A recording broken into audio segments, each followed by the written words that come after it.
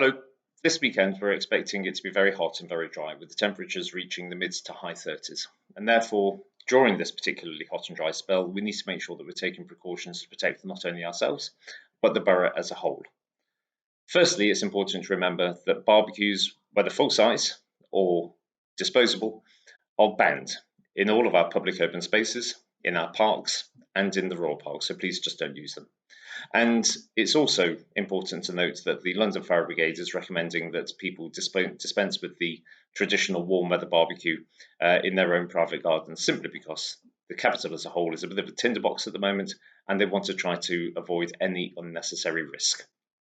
Secondly, if you do have older people living close to you, please do check in on them, make sure they're okay, because this particularly hot, dry weather can be very distressing for them, and they can often get into difficulties. So if you do have older neighbours, then please do just keep an eye on them, see how they're doing.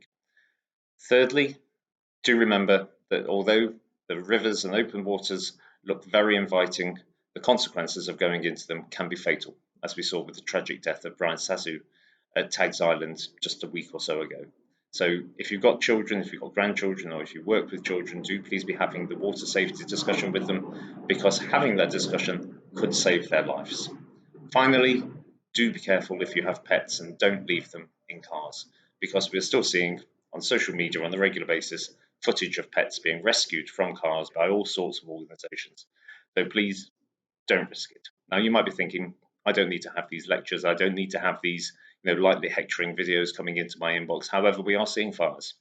We are seeing people dying on a far too regular basis in our open waters. We are seeing older residents getting into distress. And as I mentioned, we are seeing on a regular basis on social media footage of animals being rescued from cars.